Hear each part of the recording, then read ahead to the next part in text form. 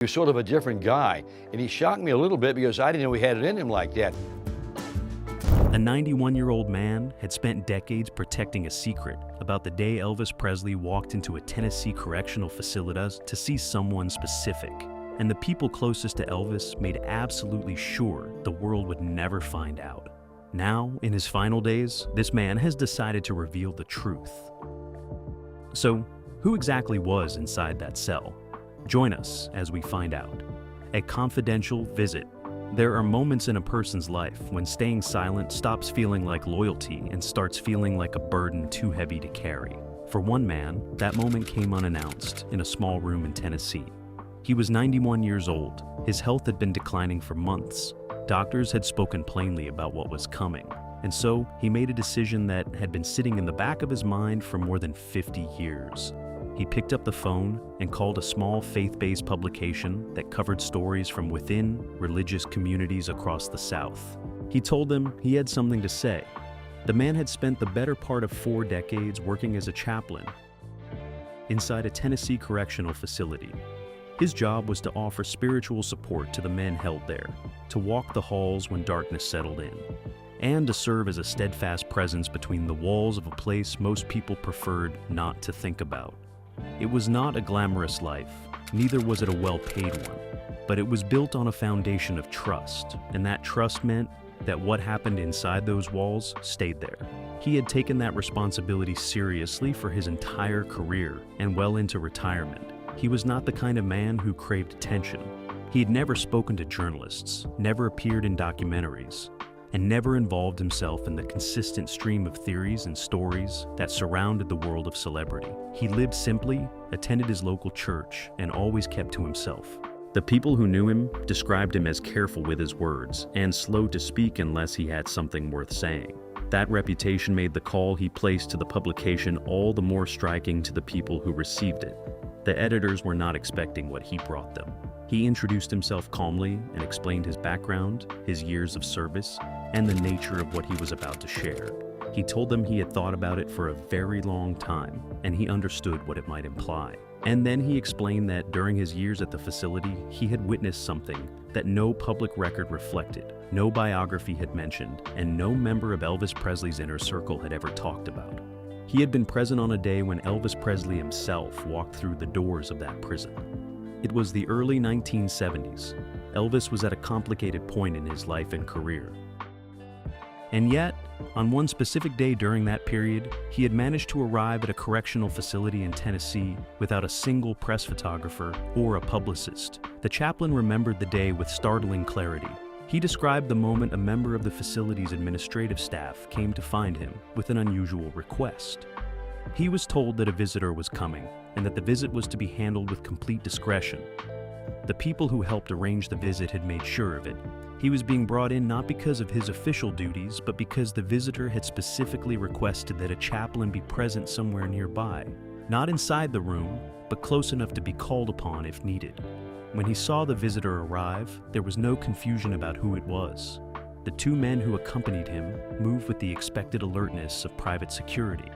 They spoke only when necessary, checked the hallway in both directions before moving, and positioned themselves outside the meeting room door, as if they had done exactly this kind of thing before. The chaplain stood at a respectful distance. He was not there to gather information. He was simply present, as he had been requested to be, but he was also a human being. And human beings, no matter how disciplined, are observant. He noticed the way Elvis moved through that hallway. He was not there as a man on a charitable visit or a publicity errand, but like a man walking towards something that had been weighing on him for a very long time. Like a man who had waited as long as he could and finally decided he could not wait any longer. The anonymous prisoner. The correctional facility was not one of the large, high-profile institutions. It was a mid-sized place in Tennessee, the kind that processed paperwork and kept its operations away from public attention. Most of the men held there were serving sentences for non-violent offenses. The chaplain had walked its corridors for years and knew its routine well. He knew which wings went quiet in the afternoons, where the staff gathered at the end of each day, and how the place sounded when everything was running normally. On the day of the visit, something had shifted in a way he could feel before he could explain it. Several hours before the visitor arrived, a section of the facility was reorganized. The chaplain noticed that a particular wing had fewer staff moving through it than usual. The men housed in that area were given their meals earlier than normal. Movement in the corridor outside a specific room was reduced to almost nothing. Most people might not have noticed, but the chaplain had spent enough years in that environment to recognize when something was being deliberately cleared. Space was being made. A kind of invisible arrangement was taking shape without any formal notice from anyone in charge.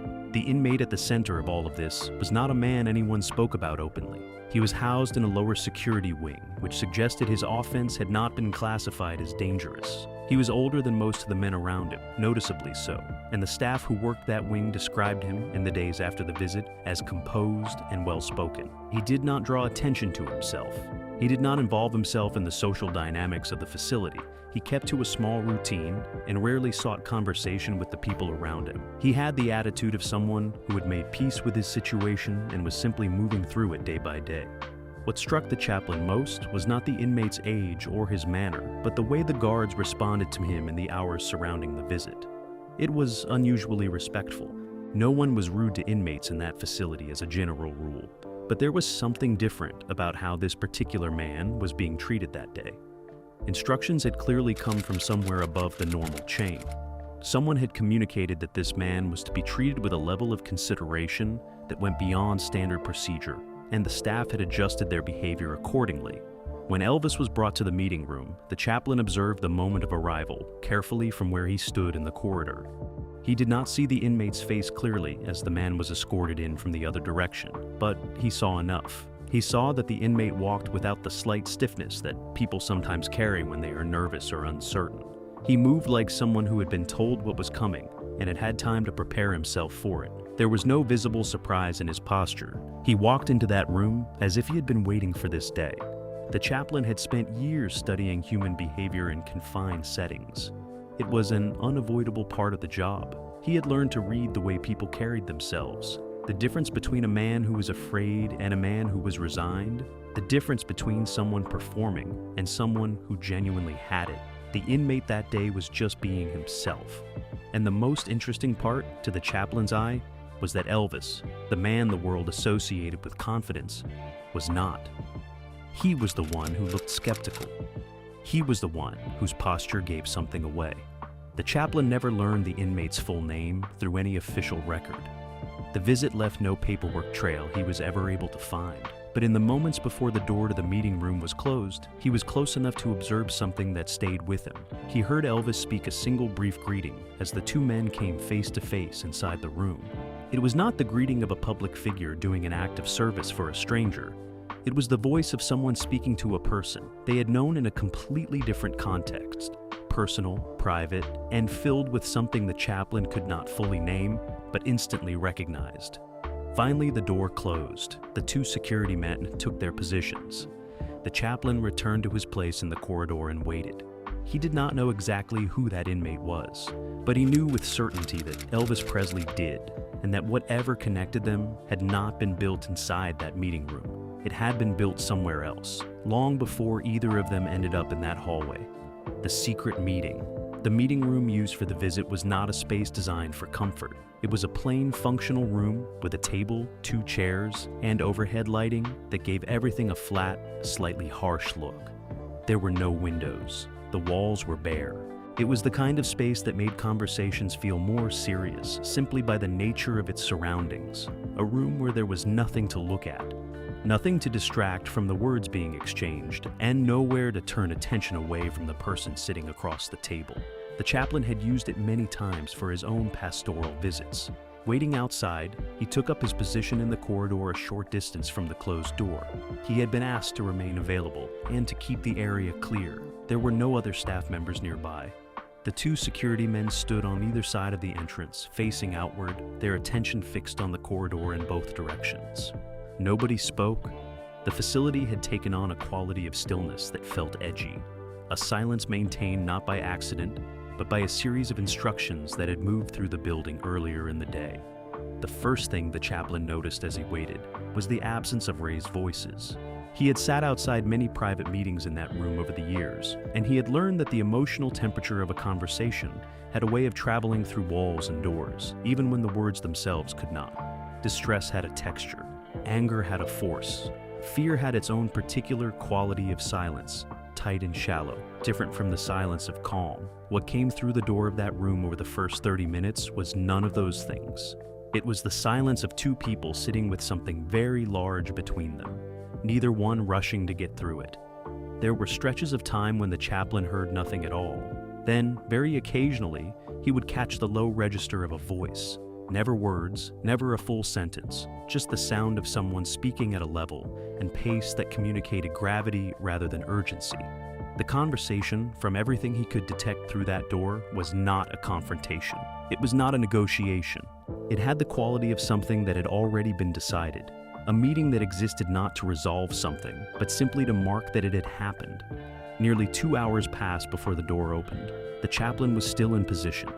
He had not moved far. When Elvis came out of that room, the change in him was visible and immediate. The composed demeanor the chaplain had observed when Elvis walked in had shifted entirely. His eyes were red. He was not crying at that moment, but he had been. His face carried the particular kind of emptiness that follows strong emotion. Not calm, but exhausted, as if everything that had been held in check for a long time had finally been allowed to surface and had taken something with it on the way out. The inmate was brought back to his wing separately from the other direction. The chaplain did not see his face as he left. He saw only his back, moving away down the corridor at the same unhurried pace that had carried him in. There was nothing in his walk that indicated distress. If anything, he moved with slightly less weight than he had carried on the way to the room. Elvis did not speak to any staff member present. He simply moved toward the exit with his security team, and within minutes, he was gone. The facility was returned to its usual routine shortly afterward, and the day proceeded just like every other ordinary morning. The chaplain stood in the corridor for a few minutes after everyone had gone. He thought about what he had just witnessed. He did not have words for it yet. He would spend years searching for those. But he understood in that moment that what he had been part of was not a random act of generosity or an impulsive visit from a famous celebrity. It was something that had been well planned, protected, and weighted with meaning that went far beyond anything he would be able to verify through official channels. A message left behind. The meeting room did not stay empty for long after Elvis left. Within a short time, a member of the facility's support staff came to the chaplain and asked him to return the room to its normal condition before the afternoon schedule resumed. It was a routine task, straightening the chairs, checking that nothing had been left behind, ensuring the space was ready for its next use. The chaplain had done it dozens of times after his own pastoral visits, gathering up any materials and making sure the room was clean and orderly. He entered the room without expectation, the door closing softly behind him, and began the small, familiar process of restoring order to the space. The room looked almost exactly as it always did after a private meeting. The chairs had been pushed slightly out of their usual positions. There was a faint impression on the table where elbows had rested. Nothing dramatic. Then the chaplain saw it, placed near the center of the table, sitting flat with its cover facing upward. A Bible. Not the standard issue copy that the facility provided for use in shared spaces. This one was different. It had the look of something that had been carried and handled over a long period of time. Its cover slightly softened at the edges, its pages showing the particular texture that comes from years of regular use. He picked it up.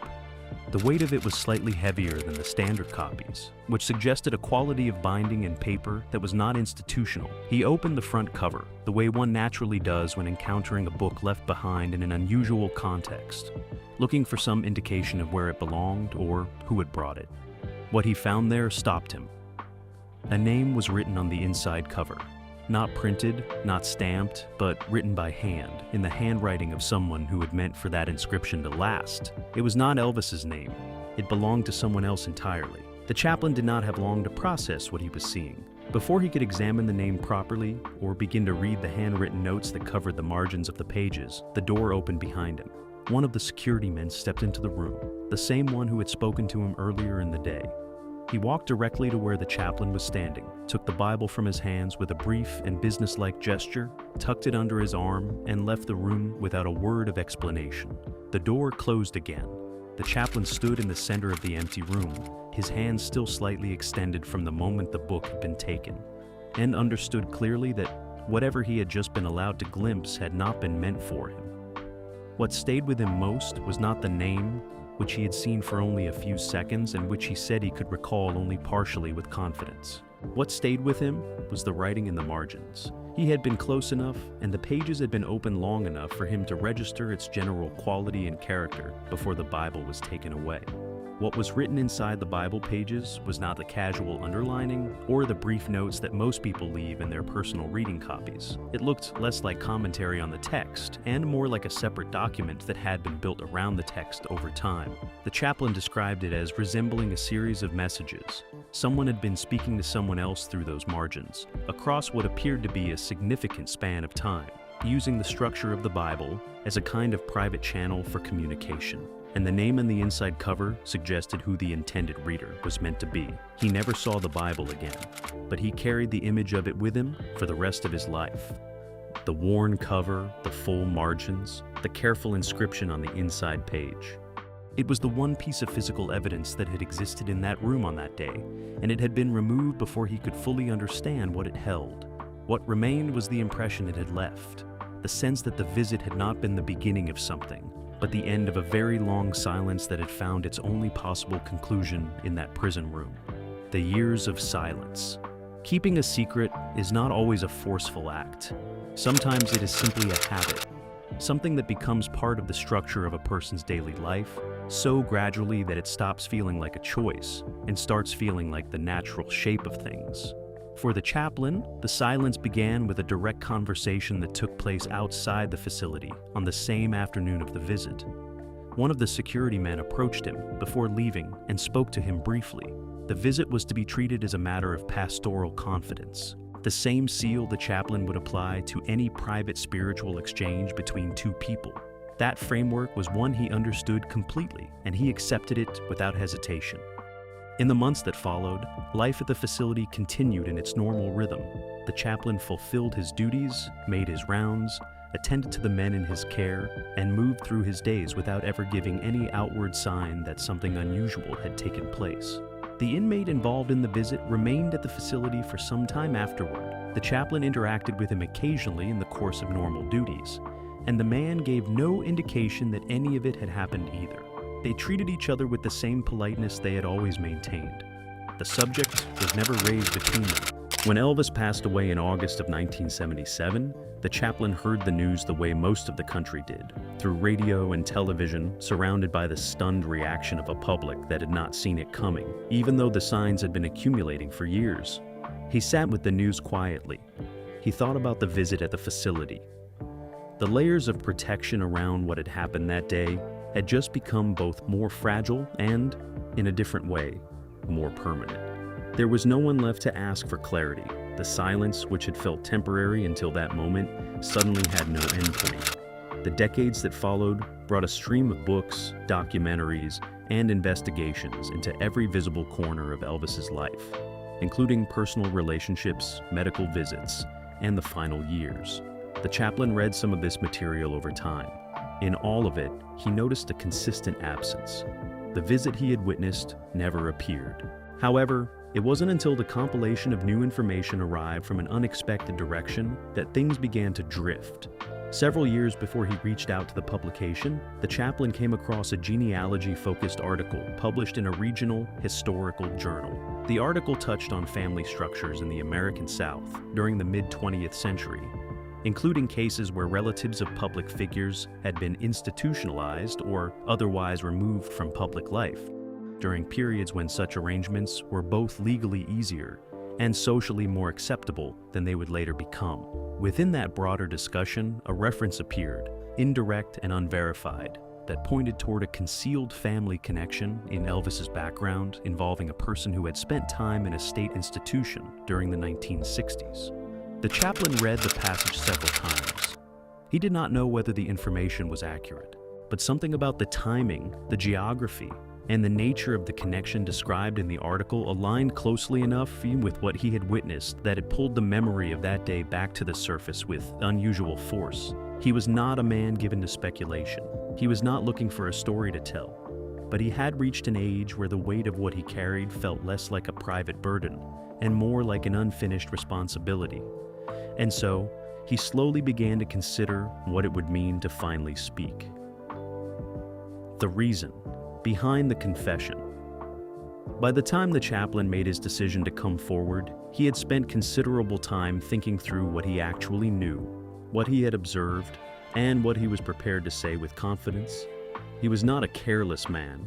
He had spent decades in a profession that required careful judgment about when to speak and when to hold back, and that discipline had not left him simply because he had retired.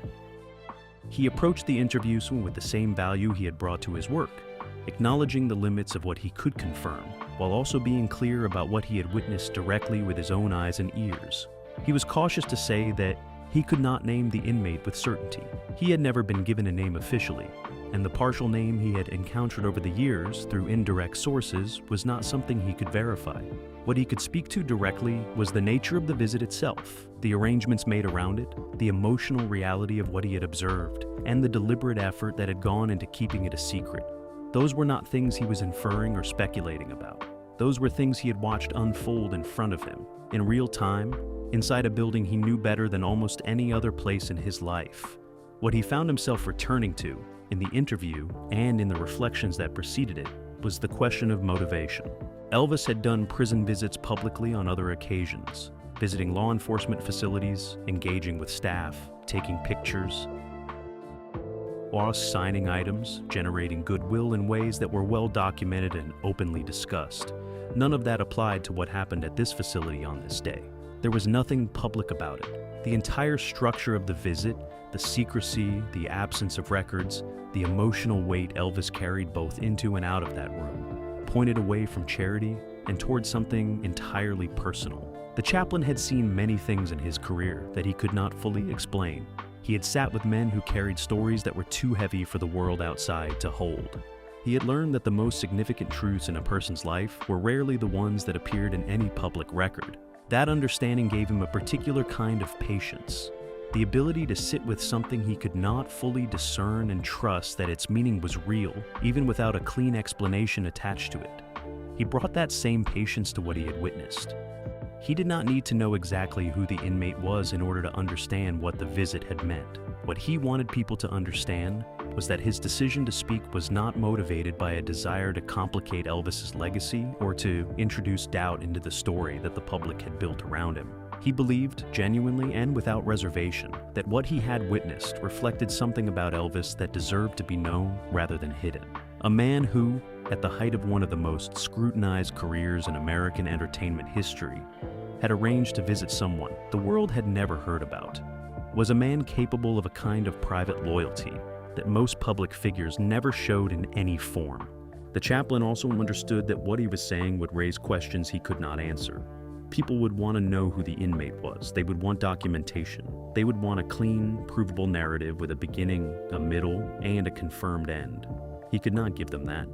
He could give them only what he had: the memory of a day that had stayed with him for more than half a century, the emotional reality of what he had observed, and the honest realization that there were things about Elvis Presley's life that the people closest to him had worked very hard to keep from becoming part of the record. He had lived long enough to know that history was rarely complete. Important things fell out of official accounts all the time, not always through malice, sometimes simply through the decisions of people who believed that certain truths were better protected than shared. He had been one of those people for 50 years. He did not regret the silence exactly, but he also knew, sitting in the last chapter of his own life, that there was a difference between protecting something and burying it. And what he had seen that day in that corridor did not deserve to be buried. It deserved, at the very least, to be known. Do you think Elvis would have wanted the visit to be known? Let us know your views in the comments. If you enjoyed this video, like and subscribe, and also click the next video shown on your screen.